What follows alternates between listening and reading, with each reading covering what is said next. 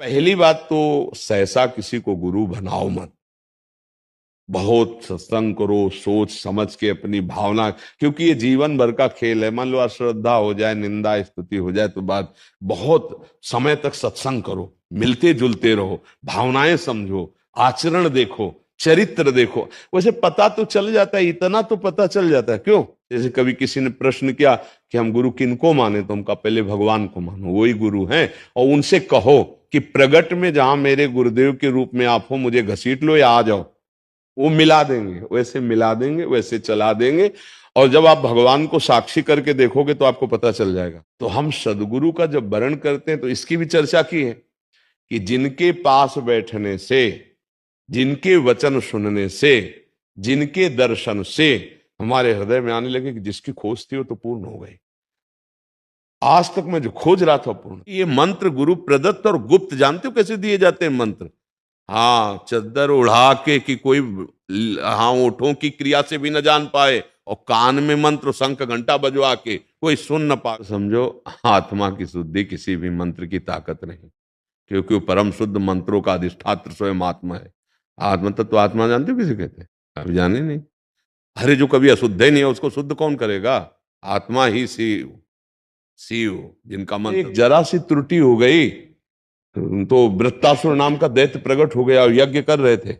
वृत्तासुर को प्रकट कर रहे थे इंद्र को मारने के लिए, और त्रुटि हो गई तो उसका अर्थ बन गया कि इंद्र जिसको मारे। ऐसा जरा सी त्रुटि हो जाने पे तो अर्थ, तो ऐसे वैदिक मंत्रों का ऐसे नहीं। आप परम योग्य भगवान के अंश हो, जो आत्मस्वरूप है।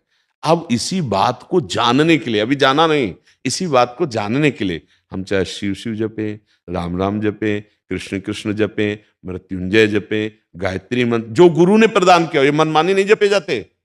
गुरु ने जो प्रदान किया है हम उसका अनुष्ठान करें तो हम अपने स्वरूप में आ जाएंगे। कुछ लोग किताबों या वाणी आदि से पढ़ के, क्योंकि बहुतों ने जैसे अज्ञानतावश मंत्रों की बुक्स महाराज जी निकल चुकी हैं, उससे लेके खुद ही तो जपने उससे लग क्या जाते लाभ मिलता है? कौन सिद्ध हो गया है? कौन शांति को प्राप्त हो रहा है? किसको ब्रह्म ज्ञान प्राप्त हो रहा है? कौन भक्ति में है? जो शास्त्री गुरु मर्यादा से चल रहे वो ये नहीं तो पाखंड, नाटक, नौटंकी।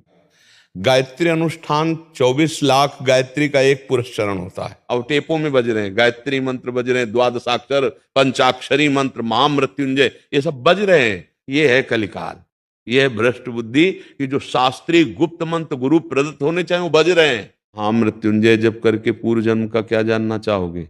इसी जन्म का जान करके तो दुर्गति हो रही है। अगर पूरे जन्मों की जब बातें जान जाओगे तो मरोगे। और है, अपने मन की थोड़ी देर की बात देखो, जलाए दे रहा है, जलाए दे रहा है।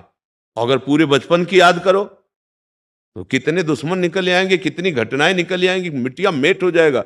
माया ये बड़ी कृपा कर रही जो हर चीज भुलवाए थे। जहां हमको भगवान की प्रिय बात सुनने को मिली, जहां हमको भगवत प्राप्ति की बात मिली, वहां हमें पकड़ना चाहिए। मेरे गुरुदेव बोल रहे हैं, शरीर कोई भी वो धारण किए हो, शरीर कोई भी हो, लेकिन जहां अपने मार्ग के अनुकूल, भगवत मार्ग के अनुकूल बात मिल रही, हम उसे गुरुवाणी मानते हैं, गुरुदेव के वचन मान करके चल। महाराज जी, गुरु मंत्र देने का अधिकारी कौन है? गुरुदेव जिसको परिपक्व करके आदेश कर दिए वही दे सकता है, दूसरे की सामर्थ्य थोड़ी देने की।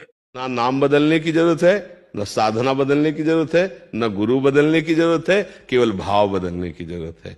मेरे गुरुदेव इस रूप में मुझे उपदेश कर रहे, बस सत्संग सुनो।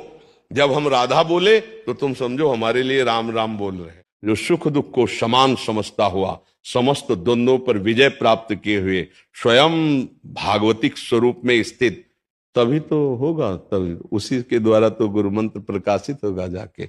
और सच्ची बात यह है कि जब हमको कहीं से भी नाम मिले तो नाम सच्चिदानंद में नाम ले ले, कि कोई ऐसा मंत्र, तो प्रभु के नाम में बड़ी सामर्थ्य है। हाँ, वो हम चिल्ला चिल्ला के कहते हैं राधा राधा राधा राधा, हरि को खरीद लेने के लिए समर्थ है राधा नाम।